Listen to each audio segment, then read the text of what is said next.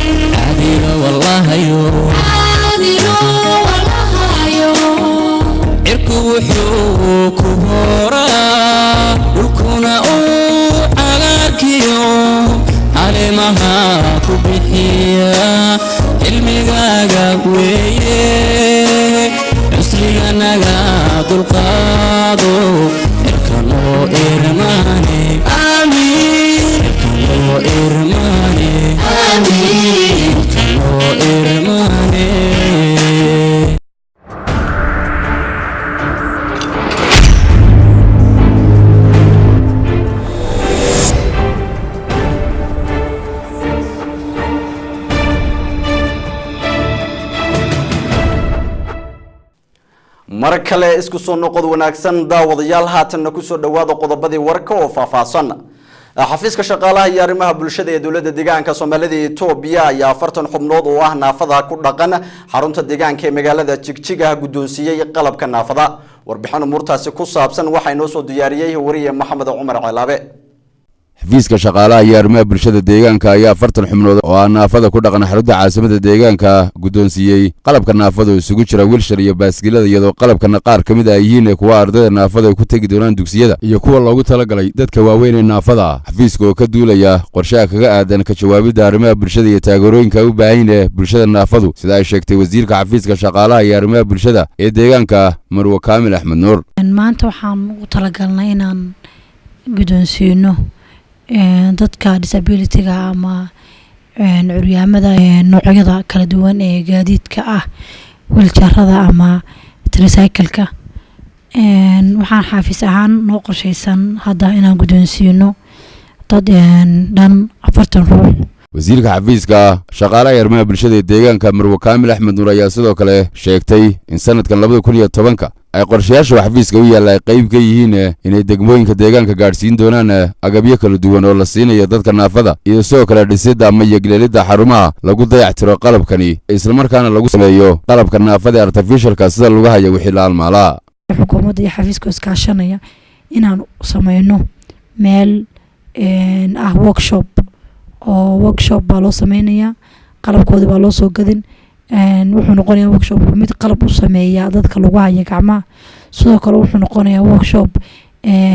haddii wajaradu ka halaabaan haddaba way jirtaa xafiisku wuxuu leeyahay loogu dayactiro meel loogu dayactiro haddii halaabaan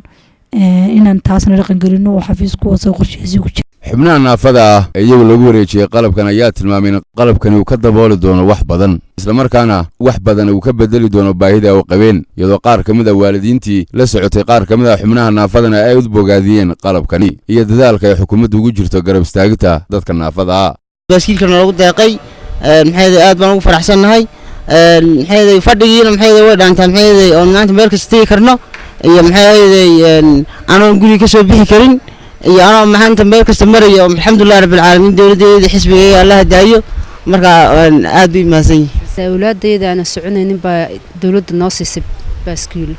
aad buu maadsan way fiican yihiin qorshayaashan ayaa waxay qayb ka yihiin mid lagaga duulayo taageerooyinka iyo garab istaagga la siinayo bulshada naafada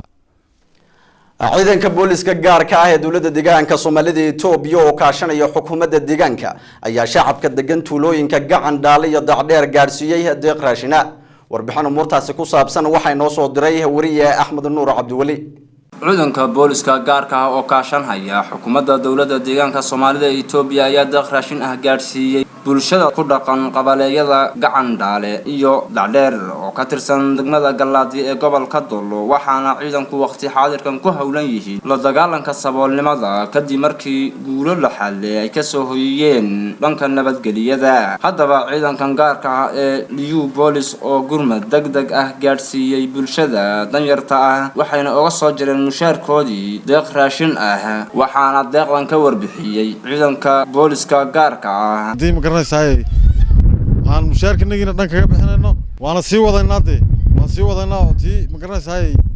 cadowgii hadda ka hor ma garanaysaa deegaankeena ka dhaqaaqi jiray mushaarkanaga iyo ma garanaysaay waajibaadkiina saaran oo qabsano yaan kaga guulaysanay tanna way naga go'an tahay macnaha inaan sii wadno mataqaanaa meeshan waxa weeyaan joogno waa dacdheer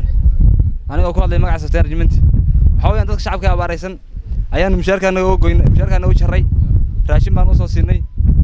marka waxa raashinkan mushaarkana ka jaray ayaan u qaybinayna hadda wax kasto oo dhib oo ku timaada haday abaar tahay haday colaad tahay sidaan uga difaaci lahayn oo sidaan awalba ugu taagnay aan ugu horanay naftayada iyo muruqayagaba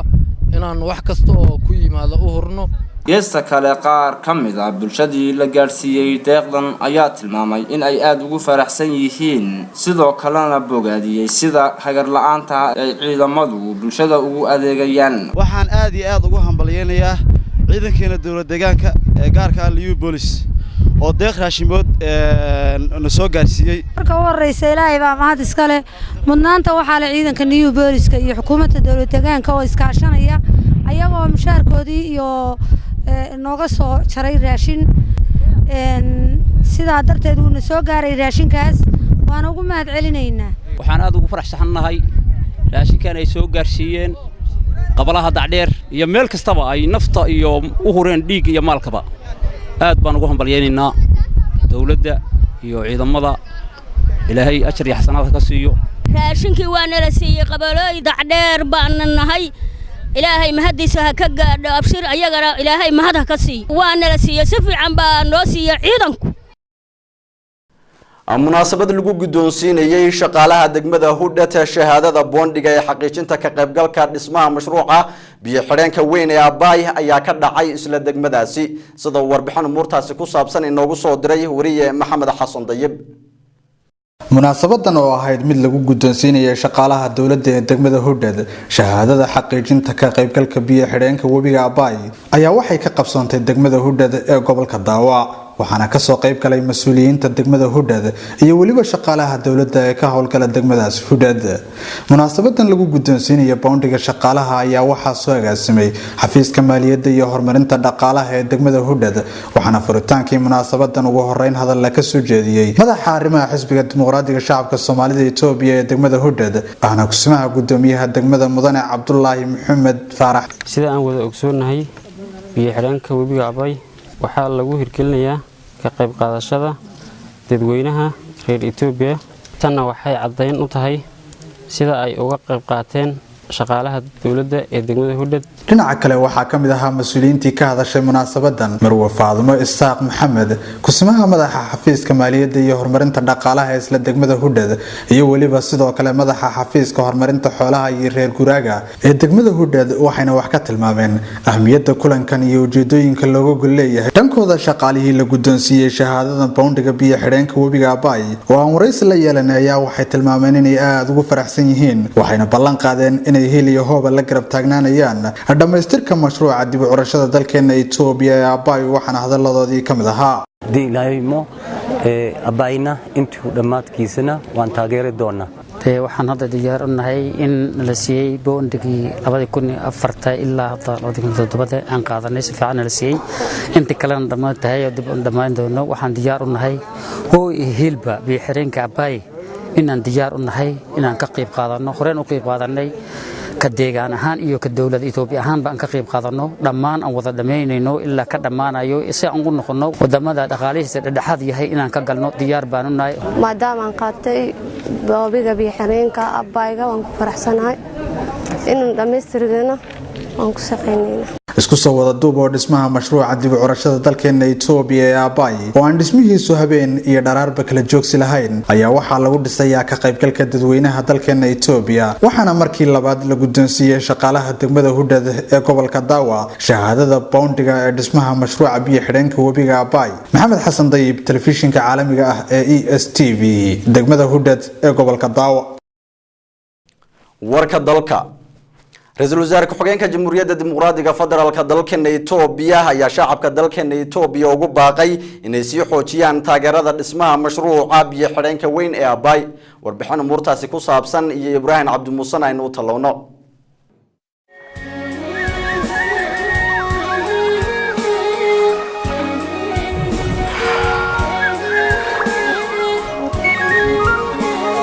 wafdi isku dhafo heer deegaan iyo heer federaal iskugu jira isla markaana uu hogaaminayay ra'iisul wasaare ku-xigeenka Jamhuuriyadda Dimuqraadiga Federaalka Itoobiya Mudane Dhamaqa Makonnen ayaa soo booqday xarunta dhismaha mashruuca dib u curashada biyo xidheenka weyn ee Abay. haddaba wafdigan uu hogaaminayay ra'iisul wasaare ku-xigeenka Jamhuuriyadda Dimuqraadiga Federaalka Itoobiya Mudane Dhamaqa Makonnen ayaa ujeedadoodu ahayd inay madaxda dawlad deegaanadu soo arkaan halka uu marayo mashruuca weyn ee biyo xidheenka Abay, isla mar ahaantaana ay dawlad deegaanadu sii xoojiyaan taageerada dhaqaale ee mashruuca dib u curashada Itoobiya ee Abay. waxa uu yiri Mudane Dhamaqa Makonnen መሬት ላይ ሆነው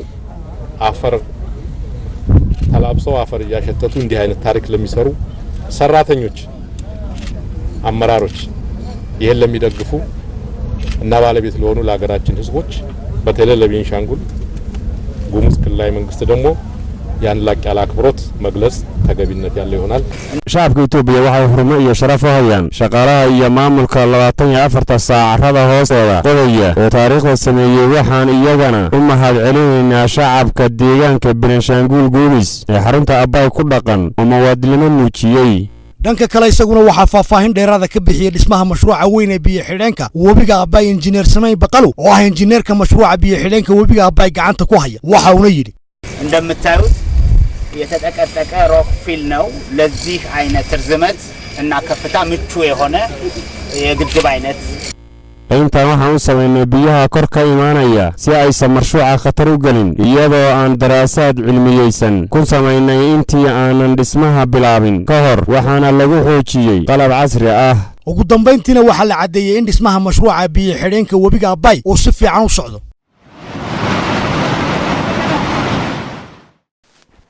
daawadayaal haatanna aynu wada dhahano xubintan ciyaaraha oo inoo soo diyaariyay wariye Maxamed Xasan Cabdullaahi.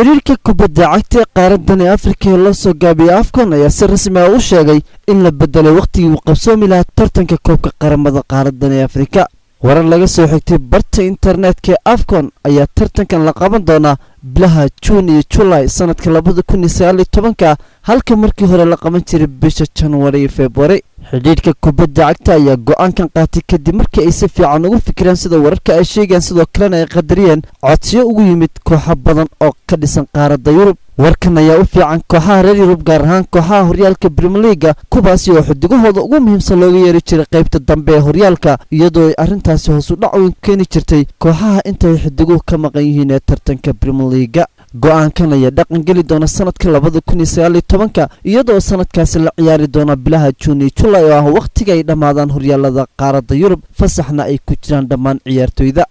wararka laga helaya dalka Talyaaniga ayaa sheegay in kooxda Juventus bedelka ciyaaryahanka Renato Bonucci ay ka arkootay horyaalka Jarmalka gaar ahaan kooxda Bayern Munich iyadoo doonaysa inay u dhaqaaqdo saxiixa xidig reer Germany Mats Hummels ciyaaryahankan ayaa xagaagii hore kooxda Bayern Munich kaga soo biiray kooxda Borussia Dortmund oo ay ka saxeexatay heshiis dhan 8 sanadood ilo warade ku dhow xidig reer Germany ayaa sheegay inuu xidigani ka fikirayo inuu isaga tago kooxda Bayern maadaama uu xidigani wajahayo tartan adag oo booska ah isagoon haysan wax ballanqaad oo loo sameeyay booskiisa joogtada ah 27 jirkan ayaa toddobaadka dambe la kulmi doona maamulka kooxda Bayern Munich si xal loogu helo mustaqbalka xidigan xilli kooxda Juventus ay sugi doonto waxa ka soo baxa kulankaasi ciyaaryahankan ayaa xulka qarankiisa kula guuleystay koobkii adduunka sanadkii 2014 waxaa laga yaabaa in Juventus uu xidigani u wareego haddii boos joogto uu ka waayay kooxda Bayern Munich maadaama ciyaaryahanka kooxdaasi Douglas Costa uu haatan ka mid noqday laacibiinta kooxdaasi Juventus